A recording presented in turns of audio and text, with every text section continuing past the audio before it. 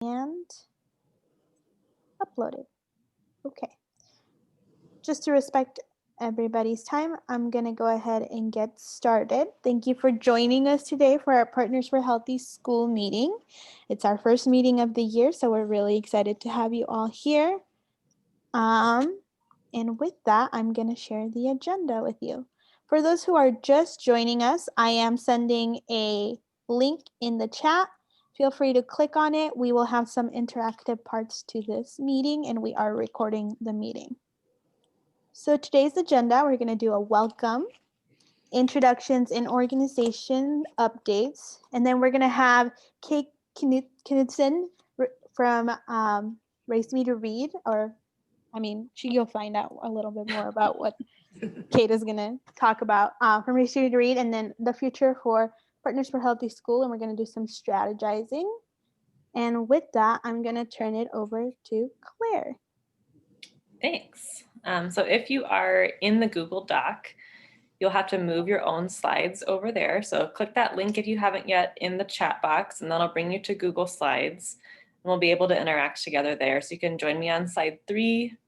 Go ahead and choose a line, and you can kind of sign in here with your name. Whoops, sorry, Lacey.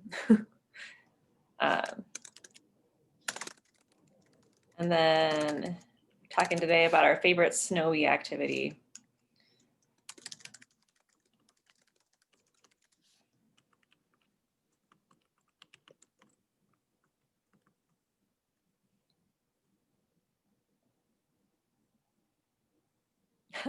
Alyssa, you're not a fan of the snow. I understand that. My favorite is coming back in from the snow. If you guys are like people who like to see faces, you can kind of arrange your screens so that you can see both the slides and the group over here. You can do whatever works best for your brains. And then we're going to take a little bit of time here to do some partner organizational updates. So I'll just kind of go around and call you out if that's okay. And then we can type our organization updates onto the next slide and then also share out verbally. Or if you're not wanting to share verbally, you can just type and that's fine too. So Alyssa, would you mind going first today?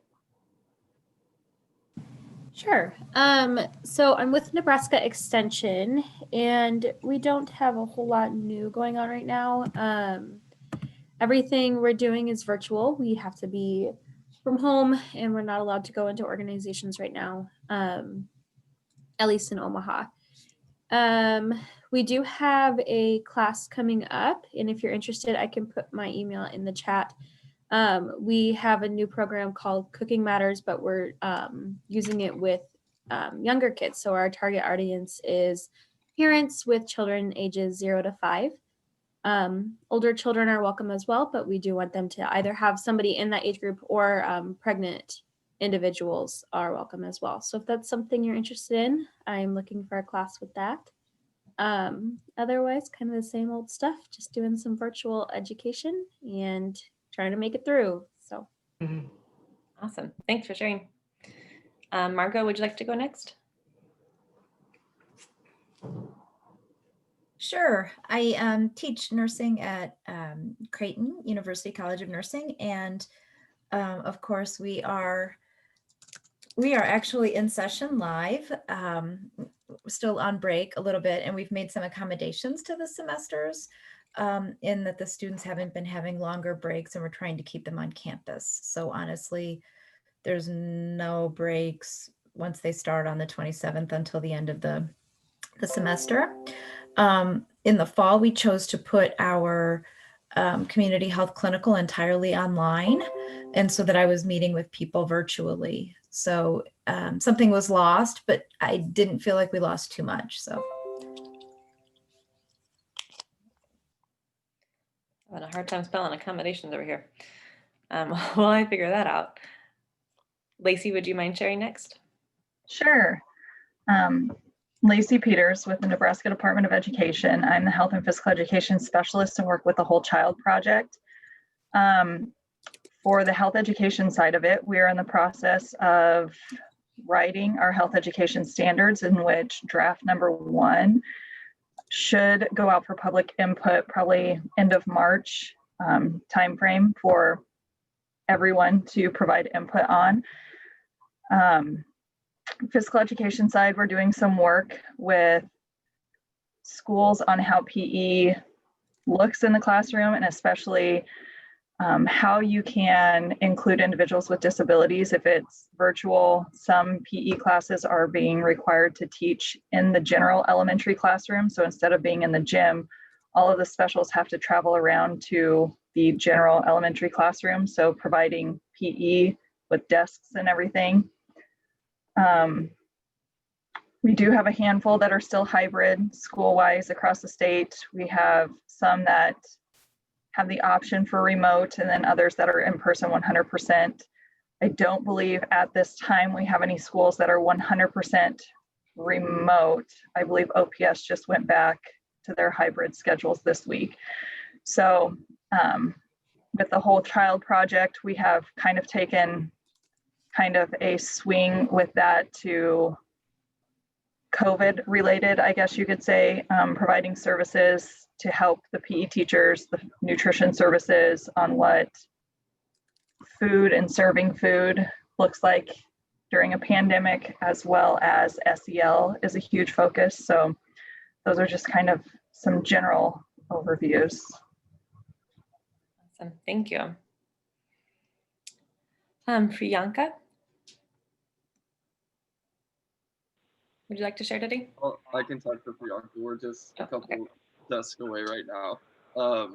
But both of us are representing the UNO Physical Activity and Health Promotion Lab. I guess to start out, I'll do a little bit of a social media plug. We do have our social media pages up and running now. We have Facebook, Twitter. I think those are our main two. Yeah, those are the main two that we use. So just to keep up to date on kind of the different studies that we have going on, as well as we share quite a bit of other kind of educational pieces as well. So we have two upcoming studies. One study that we just recently submitted for IRB was a study with childcare providers from across the state of Nebraska, assessing their perceptions of their own physical activity as well as that of physical activity of the children that they care for. So if you know of any childcare providers who are interested in participating, we should be getting close to conducting that study. And that study will be led by both Priya and I. And also, to introduce Priya, she is the most recent addition to the Physical Activity and Health Promotion Lab. She is also a doctoral student, which I am as well. So, and we help Dr. Danae Dinkle, just so everyone is aware of who we are. Awesome, thanks. I just want to say hi, everyone. Nice to meet you. Thanks for joining. Yeah. Kate, did you have any updates you wanted to share outside of your presentation today, or do you want us to wait for that? I'll just say that we'll be launching our social media too. We are partners with Council Bluffs Raise Me to Read, but we decided to have a main site and then two separate sites with that, and that will launch the 1st of March. And also just to watch, and I'll talk about that more, but we'll be having some virtual showings of the documentary Resilience.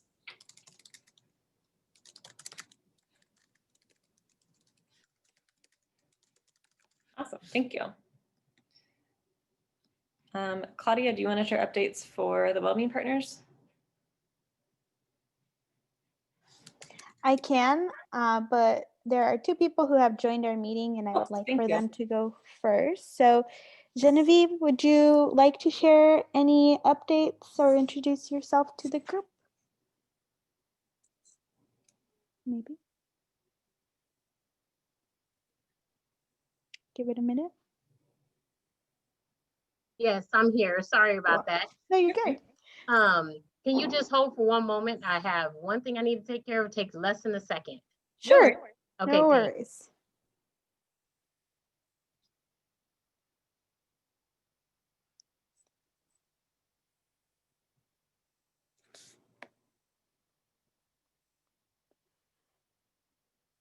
I guess I could take this time to ask, can you see my screen correctly? Because it wasn't showing up, like the writing wasn't showing up when I had it in presenter mode. Can you see all of this right now? Okay, I can see that perfect. now. Cool.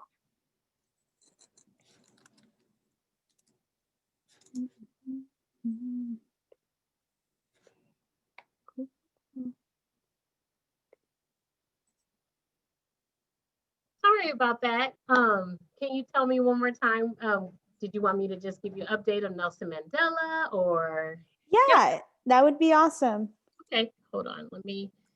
I truly believe that if I am speaking, I need to have my screen on. All right. Hello, everyone. Good morning. Good morning. Everyone can hear me okay? Yes. All right. At Nelson Mandela, we've been rocking and rolling this year. I would have to say the second semester, I feel a lot more comfortable with everything that's going on, especially with the routines and procedures we put in place due to COVID. But everyone is doing a great job here at Nelson Mandela, trying to mitigate the spread and keeping our scholars healthy and really honing in on the important things like washing our hands and disinfecting and cleaning and keeping our masks on all day. So tell me which direction you want to go, because I could talk about Nelson Mandela all day about a lot of things, because we have a lot going on around here. Is there anything more specific you would like me to say? Give us one thing you're most excited about right now. Oh my goodness. I am excited about the learning that is taking place, and not just academically, but socially. Our scholars really miss being together in one building and let alone classroom. They thrive off of being social, and with us being closed, we were closed at the beginning of the year. We started off remote, then we came back face to face, and then after Thanksgiving and the winter break, we went to remote learning so that we could really help mitigate the spread and keep anyone home that caught the virus over the break or was with family members. So our scholars really look forward to just being here. I look forward to having them here and the team members, because the building can get kind of empty without everyone here at the school. So I think the most exciting part is that throughout this pandemic, we're able to still be able to be social and to learn socially and academically here at Mandela. Awesome. Glad you guys are able to be together. Yes, it's important. That's for sure. Candy, did you have any updates you wanted to share from the Learning Community Center? Or I'm sorry, from the Latino Center for the Midlands. Hi, yes, can you guys hear me? Yes. Hi, so good morning to everyone. So for right now, the updates I have are that we're seeing if it's going to work out for this semester to start Healthy Kids Club this Friday. Hopefully it could work out virtually. We're trying to see if we're able to do it through Google Meets. So we have been recruiting kids. So far we have 2 families, but within those families, they do have, some families have 4, others have 2. So our goal is to recruit approximately 10 to 15 kids. And we'll see how that goes. I'll be just exactly how we're doing here. I'll be doing a small presentation or going over, nutrition and physical activity. So that's where we're at right now, recruitment, and then hopefully we start Friday. Awesome, that's exciting. Okay, have I missed anybody else besides Claudia? Okay, Claudia, take it away. Okay, so at the Wellbeing Partners, we just have a couple of things going, well, not a couple of things, but we have a couple of things going on. We're kicking off our Well Power Movement Challenge, which will begin on February 1st. And it is in a partnership with the Nebraska Sports Council. We will be putting the challenge out into the community, and you can do it as a team or as individuals, but really we're just trying to get people out and walking and moving and doing physical and mental well-being activities. So I will drop the link in the chat if you want to check out more about the Well Power movement and sign up. You can track your steps, and it has an activity converter. So if you do yoga, it'll convert your yoga minutes into miles. There are prizes for certain badges that you meet, and it's going to be an exciting year, and we're super excited about our Well Power movement. We through our Share Table initiative, we are working with a Nebraska Extension and other organizations to put together the Food System Summit, which will happen the week of February 8th. And it is basically a time for people who are interested in the Nebraska Food Summit to come together and talk about what is going on in Nebraska. There are 5 different sessions this year with morning and afternoon sessions for each day of the conference, which I will also link to in the chat. And then finally, we still are doing our mental health campaign. If you don't know about it, we are working to decrease stigma about mental health in the Omaha community.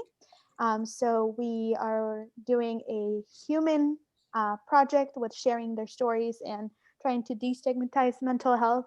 And we are also doing a pet project with Spokesimals, which is basically sharing your pet and trying to destigmatize or reduce the stigma around mental health by sharing cute pets. And both of those campaigns are live. If you'd like a little more information, we will also drop the links in the chat. But those are just a couple of things that are going on with the well-being partners. And yeah, we're excited about the year. Lots of changes to come ahead, good changes.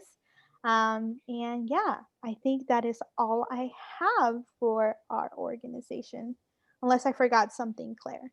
Nope, I think you covered everything really well. Thank you. Okay. With that, we're gonna hop on over to Kate's presentation. And then following Kate's presentation, we're gonna come back to the Google Docs, and we're hoping to do some strategizing together over the Partners for Healthy Schools group that we have here, and talking about how we can make this really useful and beneficial for both our group and our community as a whole. So that's what's coming after Kate presents about Raise Me to Read.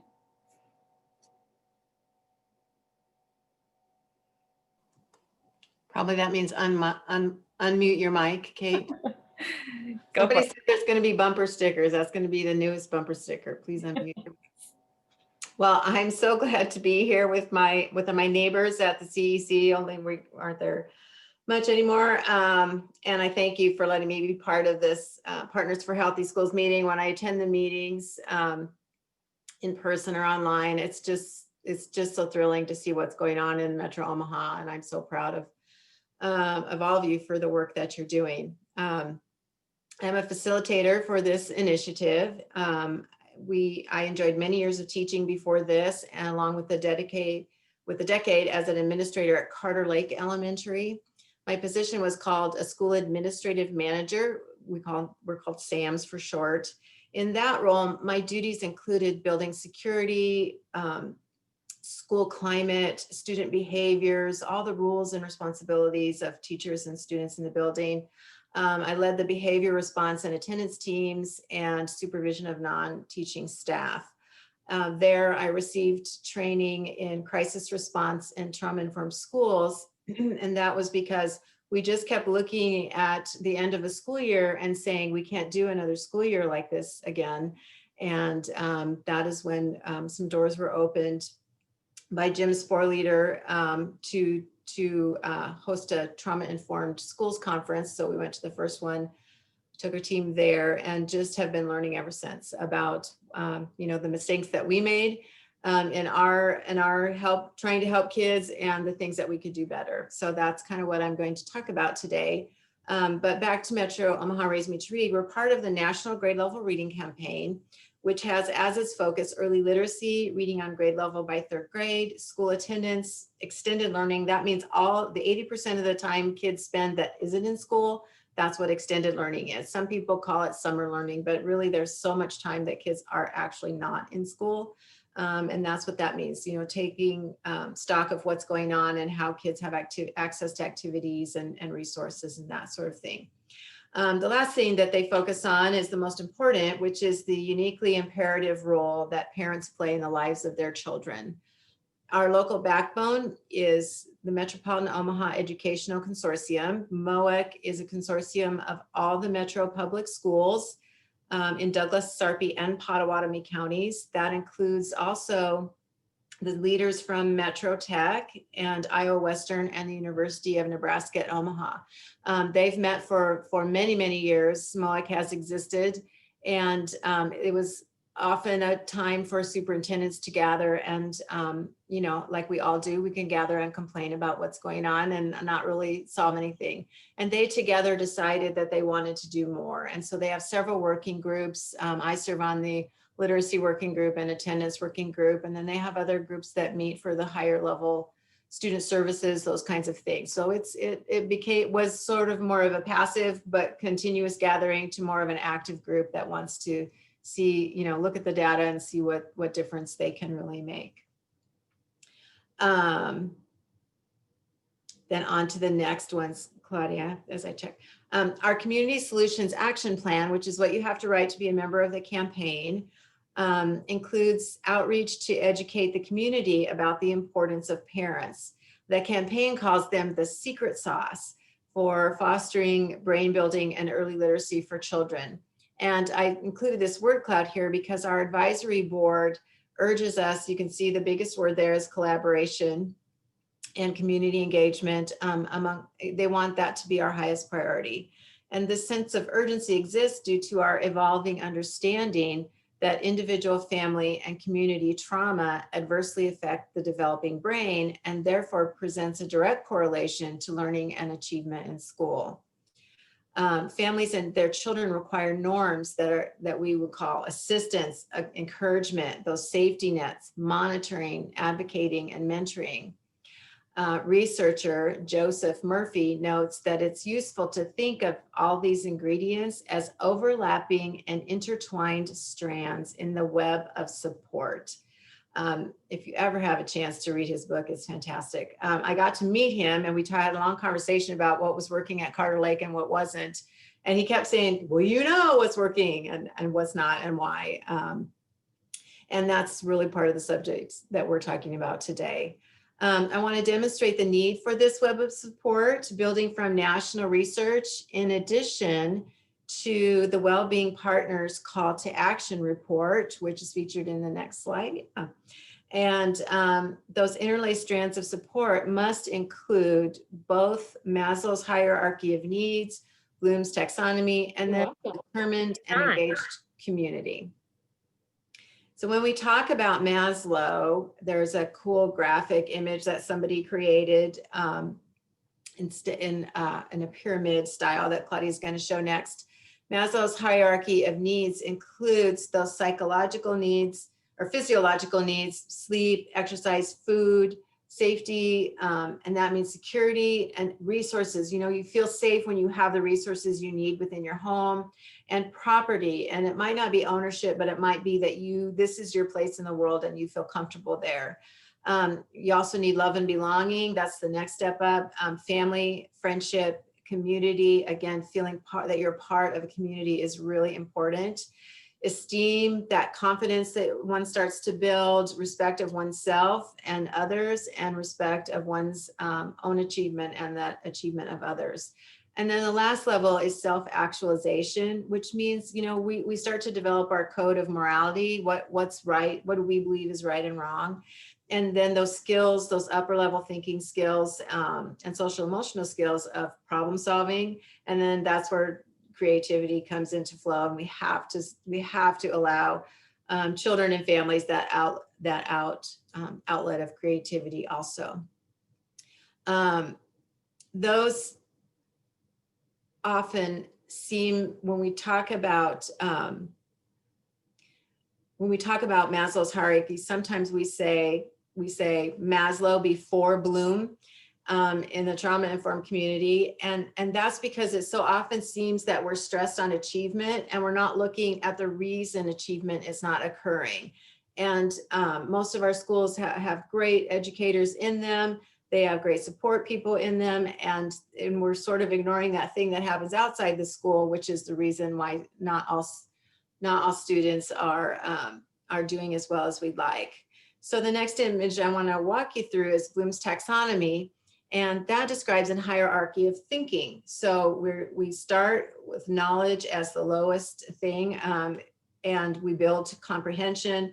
We take what we know and we apply it to new things. We can analyze it, take it apart. We can synthesize it with other ideas and then evaluate.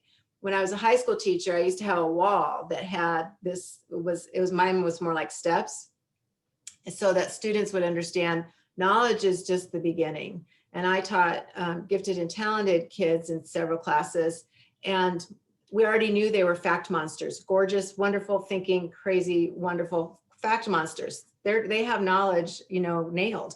My job was to work them up the scale. And I had followed this group of kids from elementary into high school as we built the high ability learning program. And one day, this junior in high school young man walks in, he's got this big old pile of books, he slams it on the table. And I said, what's up, Andrew? And he said, just kind of shook his head. He said, Mrs. Knudsen, you need to know we're only capable of knowledge today. And it struck me like what I taught them, they learned, which is good. He knew that we aren't going to be able to go up to any of those higher level thinking today because they had a whole bunch of tests and all that kind of stuff. And as the rest of the class came in, I saw the same attitude on their faces. And so whatever I had planned for that day was gone. We did a little bit of what we needed to do to review, and we moved on from that. And what I understood that in a small way then, they weren't going to do any learning. But what we know now that we've studied adversity and trauma, that a child who is hungry or feels unsafe at home or school, or is weary like this young man is, their brain isn't functioning in a learning mode. If they're scared, it's in base mode, it's in fight or flight. But if they're weary, you can provide all the great teaching in the world, but if they're not ready to receive it, it doesn't matter. So we have to be really in tune with our students and understand that. And we do have to have well-trained teachers. We must have a rigorous curriculum for all students and a welcoming atmosphere in every school. But we must also understand how adversity and toxic stress gets in the way of good parenting and gets in the way of student success, so that we know how to intervene in a helpful and encouraging manner. The Well-Being Partners Call to Action report states this warning: the experiences that a child has today will influence his or her health as adults tomorrow. During a child's formative years, he or she may go through traumatic experiences that negatively impact him or her well into adulthood. And so when you think about the things that kids are experiencing now and that might change their life later, I like how the report's called the call to action. That is our call to action. We can change that. The original Adverse Childhood Experiences study was conducted, and we have a picture of these two doctors next, I think, by Robert Anda, he's from the CDC, and Dr. Vincent Folletti, he's from Kaiser Permanente. And what they found was significant associations between childhood abuse, neglect, and other traumatic experiences that occur to people under age 18 with adult health problems. So the health problems that they had when they were adults, when they started looking at what occurred when they were children, all of these things came up, and it was more than just a few people. Again, we know now that ACEs are incredibly common. 64% of people in the original study had at least one ACE, and 1 in 8 people had 4 or more adverse childhood experiences. The Well-Being Partners did this wonderful piece, and in their study, they found for our area that 60.2% of adults report experiencing at least one ACE, and from 14 to 15% of people report 4 or more. And our top 3 reported ACEs in our area were emotional abuse, household substance abuse, and parental separation or divorce. When we talk about 4 or more ACEs. You'll hear that language a lot. And the reason we discuss that is because when one has experienced 4 or more, the health impact can be seen. It increases difficulties as they accumulate, then more things happen to the body, which makes sense if you think about it. But and this doesn't mean this is the end of all hope. It doesn't mean that there aren't ways to help, which is why we're here to talk about it. But does mean that these effects have been seen as a result of these accumulated experiences. And the results can be reduced size of the brain cortex, causing difficulty in memory and language, thinking and regulation, reduced ability to anticipate or avoid danger. That's because if the body's in trauma, it's pushing all these chemicals that naturally occur, but they're occurring too much in a child who's in a difficult situation.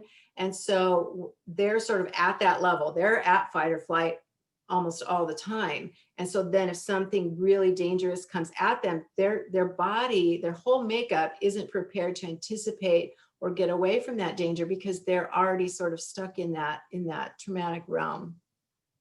Another thing they can see is increased incidence of self or caregiver blame. Those of us who work with students and families, we hear that a lot. It's my fault, I'm dumb.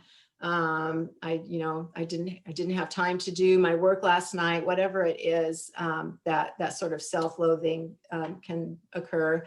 Increased incidence of diagnosable disorders from 2 to 5-year-olds. We want to think that our little ones are so safe and okay. And those of us working in schools or in these areas of health and help, we know that's not so. We need to recognize that as young as 2, we're seeing these kind of disorders, and that if we can recognize them and see them that early, that means we can do something about it.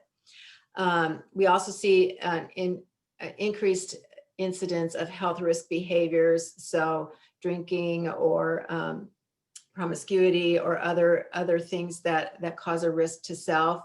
We also saw in our elementary school, the high school would often say, we don't have to worry about suicidal ideation in elementary school, and all the evidence to the contrary. We had very young children seriously ideating suicide, and we had a protocol to make sure whether it was serious or not.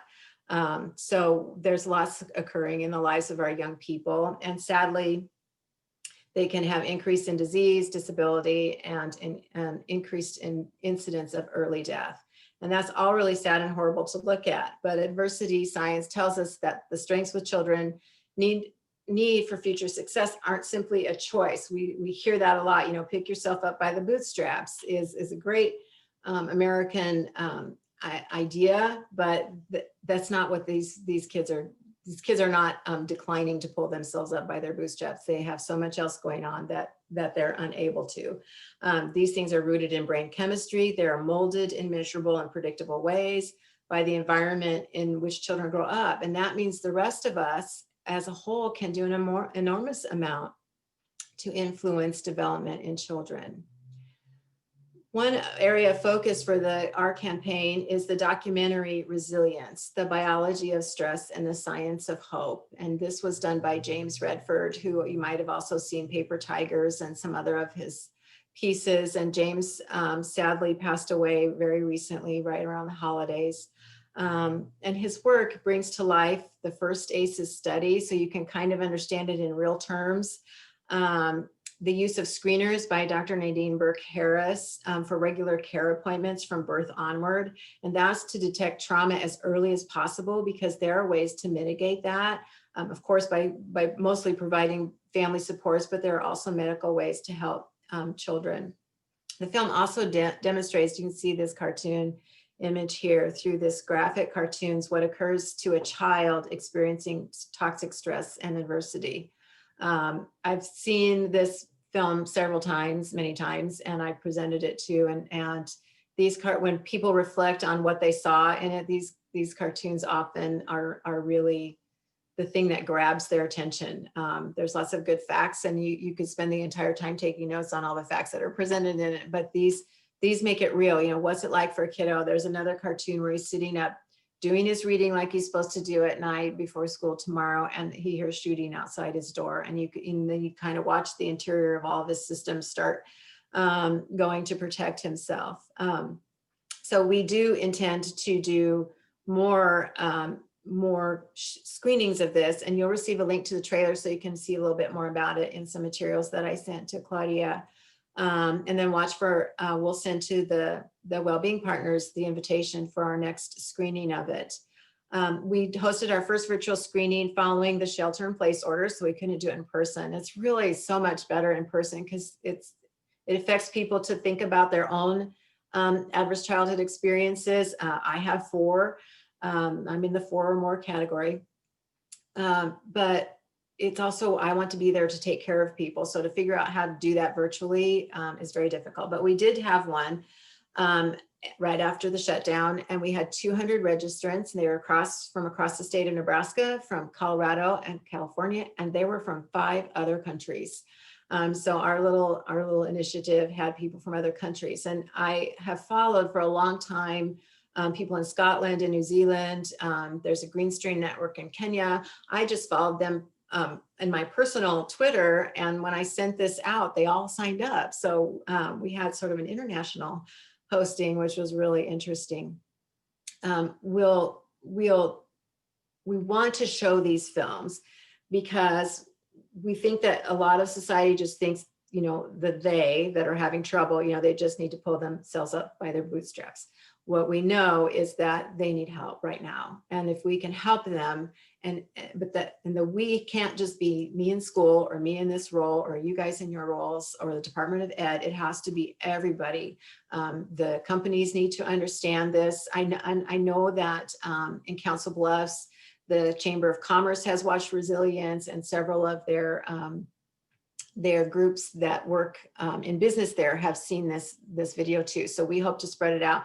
We also hope to, once we can really see people get into churches and religious groups and organizations and really spread the news about this. So that's one of our big pushes.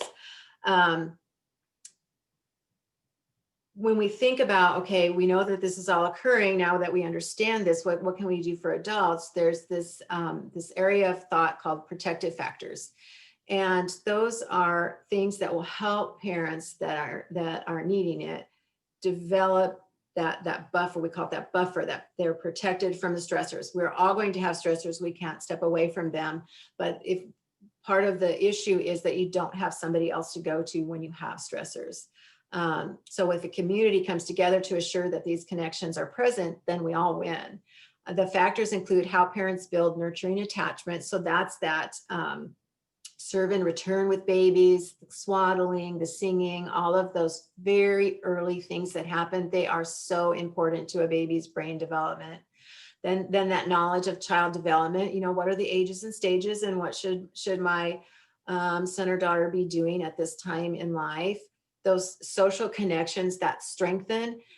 We have lots of social connections right now that aren't very strengthening. They're more annoying and make you sad sometimes. But what these mean is that group, a small group, large group, it doesn't matter. Some group you're affiliated with that makes you feel you're a part of something beyond just this, you know, that I've got to pay this bill, I've got this child that's sad, needs his bottle or whatever, that you have that other buffer of other people, other grownups that are with you and that are at your side. And then the last one is finding concrete supports. And so we're back to Maslow, where people just need those supports. And usually people need a transition support and then help not needing it anymore. So we want to work in that realm. And if you check out our Facebook and Twitter pages, we're currently featuring protective factors, including these fantastic blogs written by Nebraska children. And then we're providing some other supportive sort of short, you can take that information and go kind of materials with that. And I just noted last night that Project Harmony is focusing on ACEs too in some of its postings. So check them out too. We all need to learn in however many ways we can. Jim Sporleader, who is featured in Paper Tigers, he reviewed our plan for the campaign for grade level reading and is a really great person. He says the greatest predictor of academic success that exists is the emotional stability of the home. It's not the classroom. And if you really want to do educational reform, you're going to start with the home. So even though our project is Raise Me to Read, and it has those strands, we really want to focus on what's going in the home and how we can help the challenges that families in our community are engaging in. And so if we think about in prevention, so what if we did provide this web of support? What if we were all able to join together and provide those webs of support that's needed? There's some real predictive data that the CDC puts out, and you can see on this slide that extrapolates what health wellness could look like if communities were able to prevent adverse childhood experiences. As you can see, up to 21 million cases of depression could be gone. 1.9 million cases of heart disease erased. 2.5 million cases of overweight and obesity wiped out. So if we are able to take care of students, of children and families and students in school when they need it, then this could be a life-changing thing for our country, for our health systems, and for the people that are part of our family and our community. So we have this goal of having students on grade level by third grade, but that's because it's a predictor. Third grade is a predictor of future life and school success. We also want to ensure that students don't miss more than 2 school days per month, because attendance is a predictor of future life and school success also, even as early as kindergarten. There are studies that show if you have 2 or more absences in kindergarten, if you're what we call chronic absent, which means 10% of the school year you've missed, you can correlate that directly to not graduating from high school. So when we think about all of these things and why students might not be coming to school and why students might not be on grade level at reading, we have to make our lens wider. It has to be wider than what we see in that individual walking in the school door. And those looking through the lens has to include the entire community and focus on needs to begin where children are babies, because 0 to 5 are the most important years for building brain architecture, and also for building those social emotional wellness pieces, which I know the Wellbeing Partners are stressing, and as are you all. Last image I want to show is the extended reading rope, and the reading rope typically has all of those strands are skills that you need to read. If you take apart all the skills you need just to learn how to read, it's that. But one of our campaign directors, national campaign directors, Ron Fairchild, expanded the rope and to list all of the things that need to be concentrated, coordinated, aligned, connected, bundled, and stacked, and then done so in the right doses, sequences, and duration to help all children. And what you notice here is that the supports are across the spectrum. It's not just in schools. It's not about what happens in kindergarten. It's about what happens everywhere. And what we sow for children on the care side, we will reap in achievement, in health, and in lifelong success. As your call to action, the Wellbeing Partners Call to Action report says, community collaboration contributes to the well-being of its population. Communities with high levels of collaboration reduce the potential for negative childhood experiences by restructuring those natural supports and resources to improve services and implement policy to meet families and children's need. I was really glad to hear NDE talk about the whole child, by the way. And here we return to those basic needs, though, being met first and requiring the very important and necessary rigor and high expectations of school and life after that. Working together, we can solve many problems. You can see just by everybody's introduction today that there's good work happening everywhere. And I want to thank you for your time and for sharing your talents. And please note, you'll receive some contact information from me. You can contact me anytime. We were in another call, and the STEM group at UNO wants to be involved in the resilience because they've built some packets about that for their kiddos. So however you want to connect with us, we're happy to do it. Questions I can answer. Yes, thank you, Kate. Any questions, everybody?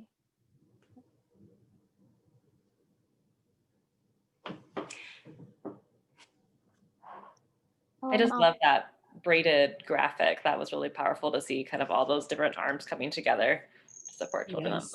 Thanks for sharing that. Yes, you're welcome. I had to get it asked 3 times to get the right one. They sent me the original reading rope. I'm like, I know the reading rope. I need the other rope. Well, if any questions come up afterwards, type them in the chat and then we can get them over to Kate and we will send her contact information in the meeting notes after the meeting. Okay, Claire, I'm going to turn it over to you. Thank you, Kate. Thanks. Yes, thank you, Kate. If you all would mind clicking back into the Google Slides, the link is back over in the chat, and we're going to do just a little bit of the last minutes here, some strategizing over how we can make these meetings both intentional for us as a core group and our community as a whole. So if you'll join me on slide number 6, when you get into the Google Slides, we've got our Partners for Healthy Schools mission listed here. That mission is to bring together service professionals, which is us, quarterly to share resources, data, and opportunities around school wellness. We want this data, these opportunities, all the resources to be very applicable to the work that we're doing and the work that needs to happen in our community.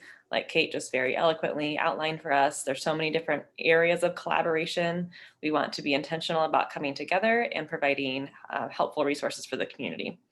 So like we said, that mission is listed on slide number 6. If you jump down to slide number 7, these are the current organizations that we have involved in the PHS meetings. You can see it's a pretty big list. We don't always have active participation from everyone on this list. So if there's an organization here that you work closely with and want to encourage them to join us or participate more actively, please feel free to do so. But on slide number 8, we wanted to consider, okay, who's missing from this list above? And is there an organization that you know of in our community that we need to be tapping into that's not on the list? Or is there an organization on the list that you think we need to be connecting with more strategically? So with all that in mind, feel free to type on to slide number 8 here, who's missing from that list that you think would be good to have, or if you'd rather unmute and share verbally, that's totally fine too.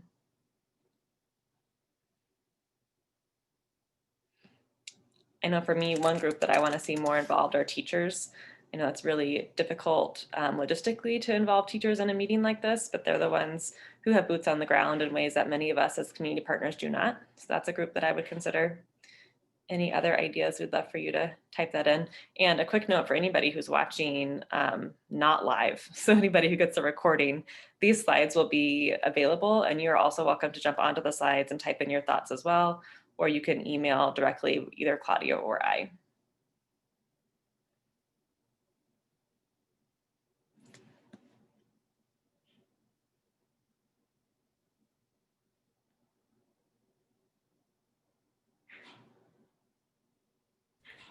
Claire, this is Margot. It feels like the health department ought to be involved, and I don't see them on there.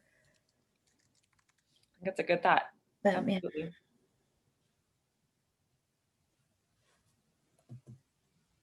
yeah. I also know that the Center for the Developing Child, which is attached to Children's Hospital, they have a hire for moving from here. They've been in Lincoln at Prosper Lincoln. I think it's called Prosper Lincoln. And they're going to be here. So they're very anxious to be connected with Raise Me to Read. And so they might be a really good group to have at the table. Awesome, thank you. Raise Me to Read isn't on that list. We've been at all the meetings. I think you are on the list. Are we? Yeah, you're the first one. Oh, I didn't even. I'm scanning. So I'm using my scanning. Yes. Being instead of my real reading. Sorry. No, you're just fine.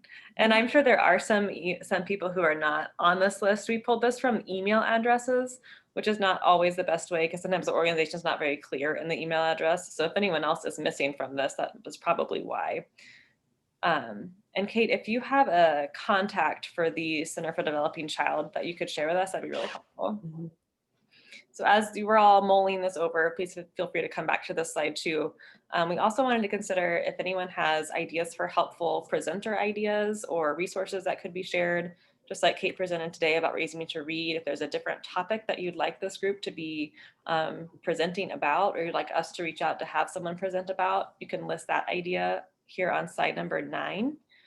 Or on slide number 10, if you have any feedback about how these meetings could be more useful to you personally, feel free to include that feedback as well. If you have an idea of things that you might want to present to this group, also drop it in the slides. We're always looking for new partners and new people to have present at our Partners for Healthy School meetings. And we find a way to make everything link up. So no matter what idea it is, drop it in. We'll figure something out.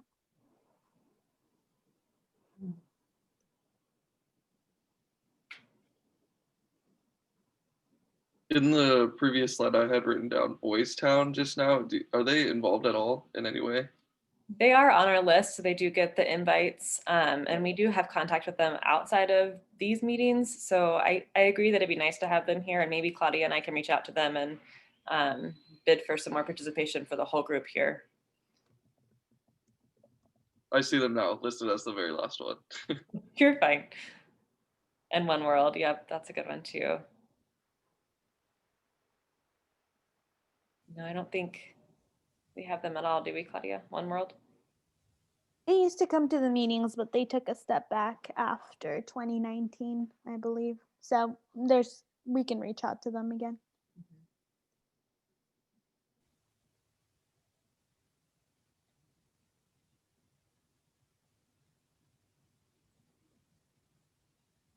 Any thoughts or feedback as far as scheduling goes, the online format, any changes that you would like to see in terms of those kind of logistical pieces?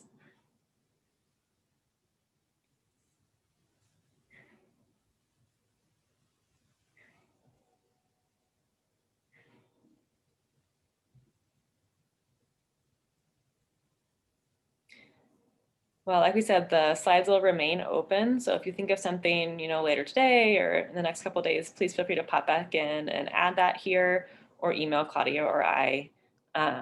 We're just wanting in this new year to take some time to really be reflective and make sure that what we're doing is beneficial for everybody here and for our community. So with that, if anybody has any last minute closing remarks they want to throw out, now is your chance.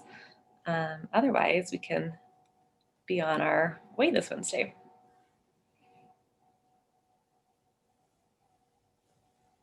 All right, well, we're very thankful for each of you and for the work that you're doing in our community.